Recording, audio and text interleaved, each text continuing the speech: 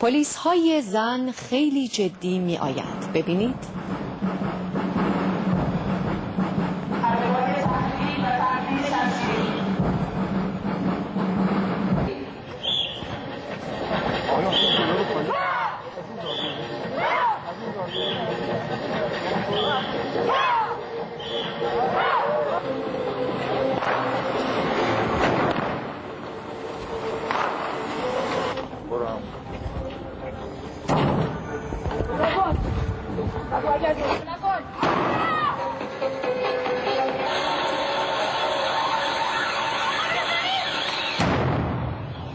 در مراسم فارغ التحصیلی زنان پلیس با اجرای نمایش سقوط از ارتفاع، دستگیری سارقان مسلح، خنثی‌سازی بسته مواد منفجره و دیگر حرکات نمایشی توان اجرای وظایف خود را ارائه کردند.